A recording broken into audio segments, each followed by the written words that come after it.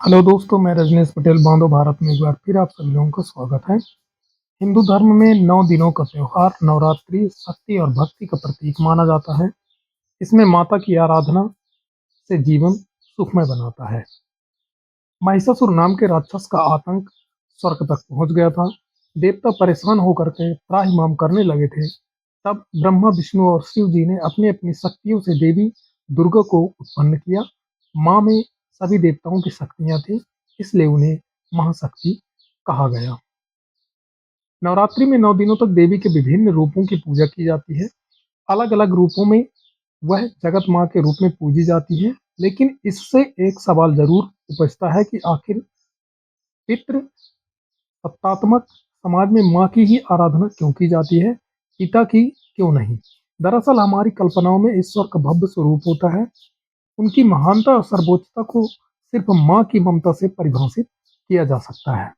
जिस प्रकार बच्चा अपनी माँ में सारी खूबियां पा लेता है, ठीक उसी प्रकार हम ईश्वर को देवी यानी माँ स्वरूप में देखते हैं। पूरी दुनिया में शायद हिंदू धर्म ही एक ऐसा धर्म है जिसमें ईश्वर में मात्र भाव को इतनी महत्व दिया गया है। माँ की सृजनात्मक को पूरे संसार के सृजन से जोड़कर देखा जाता है। साल में 2 बार नवरात्रि पूजा की जाती है, यानी गर्मियों की शुरुआत पर और फिर सर्दियों के शुरुआत में। मौसम में हो रहे बदलाव और काफी महत्वपूर्ण माने जाते हैं, और बदलाव के इन्हीं 2 पड़ावों को दैवीय शक्ति की पूजा के लिए उपयुक्त माना गया है।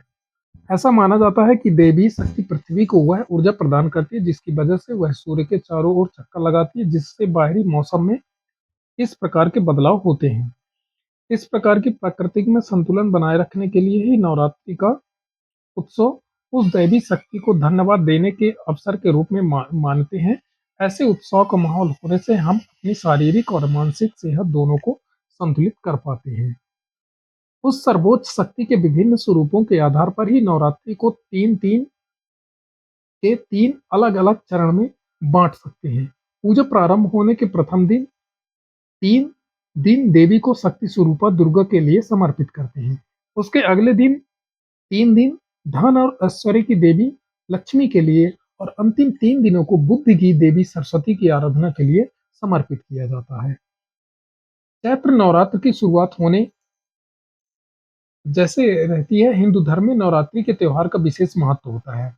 नवरात्रि पर देवी दुर्गा और 9 अलग अलग स्वरूपों के विशेष रूप से पूजा की जाती है। भारत के अलावा नेपाल और बांग्लादेश के माँ के कई प्राचीन मंदिर हैं। देवी भागवत पुराण में 108, काली पुराण में 26 और शिव चरित्र में 51, दुर्गा सप्तशती और तंत्र चूड़ामणि में शक्तिपीठों की संख्या 52 बताई गई है। साधारणतः 51 शक्तिपीठ माने जाते हैं। तंत्र चूड़ामणि में लगभग 52 शक्तिपीठों के बारे में बताया गया है। माँ काली को देवी दुर्गा की 10 महाविधाओं में से एक माना जाता है। माँ काली के 4 रूप हैं: दक्षिणा काली, शमशान काली, मातृ काली और महाकाली। पश्चिम बंगाल, कोलकाता के कालीघाट में माता के बाएं पैर का अंगूठा गिरा था। इसकी शक्ति है कालिका, और भैरव को नकुलशील कहते हैं। इसे दक्षिणेश्वर काली मंदिर कहते हैं। यहाँ पर देवी काली की चांदी से बनी मूर्ति है। कालीघाट मंदिर में स्थापित मां काली की मूर्ति की जीभ सोने की बनी हुई है। रामकृष्ण परमहंस की आराध्य देवी मां कालिका का कोलकाता में विश्व मंदिर है। कुछ की मान्यता के अनुसार इस स्थान पर सती देव की दाहिने पैर की 4 अंगुलियां गिरी थी, इसलिए यह सती के 51 शक्तिपीठों में शामिल है। इस स्थान पर 1847 में जान बाजार की महारानी रसमणी ने मंदिर का निर्माण करवाया था। 25 एकड़ क्षेत्र में फैले इस मंदिर का निर्माण कार्य सन 1855 पूरा हुआ। कोलकाता के उत्तर में विवेकानंद पुल के पास इस स्थिति में पूरे क्षेत्र को कालीघाट कहते हैं।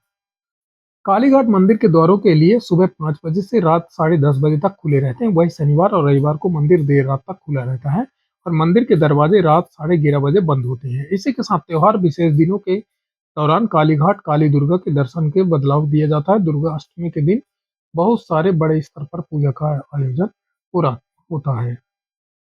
नवरात्रि के 9 दिनों में आदि शक्तिपीठ दुर्गा के 9 रूपों का भी पूजन किया जाता है। माता के इन 9 रूपों को नव दुर्गा के नाम से जाना जाता है। नवरात्र के 9 दिनों में माँ दुर्गा के जिन 9 रूपों का पूजन किया जाता है, उनमें पहला शैलपुत्री, दूसरा ब्रह्मचारिणी, तीसरा चंद्रघंटा, चौथा कुष्मांडा, 5वां है स्कंदमाता, 6ठा है कात्यायनी, 7वां है कालरात्रि, 8वां है महागौरी और 9वां है सिद्धदात्री की पूजन की जाती है।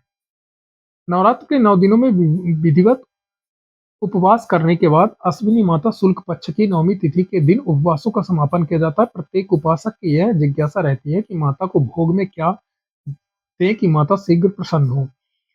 हिंदुओं का कोई भी उपवास भोग प्रसाद के बिना पूरा नहीं होता। व्रत किसी भी उद्देश्य के लिए किया गया हो, उसमें देवी देवताओं को भोग अवश्य लगाया जाता है। नवरात्र के 9 दिनों में 9 देवियों को अलग-अलग भोग लगाया जाता है। शुक्ल पक्ष की प्रतिपदा को प्रथम नवरात्र होता है। नवरात्र के पहले दिन माता के प्रथम रूप माता शैलपुत्री की पूजा की जाती है। माता शैलपुत्री पर्वतराज हिमालय की पुत्री है और इसी कारण उनका नाम शैलपुत्री पड़ा। इस दिन उपवास करने के बाद माता के चरणों में गाय का शुद्ध घी अर्पित करने से आरोग्य का आशीर्वाद प्राप्त होता है।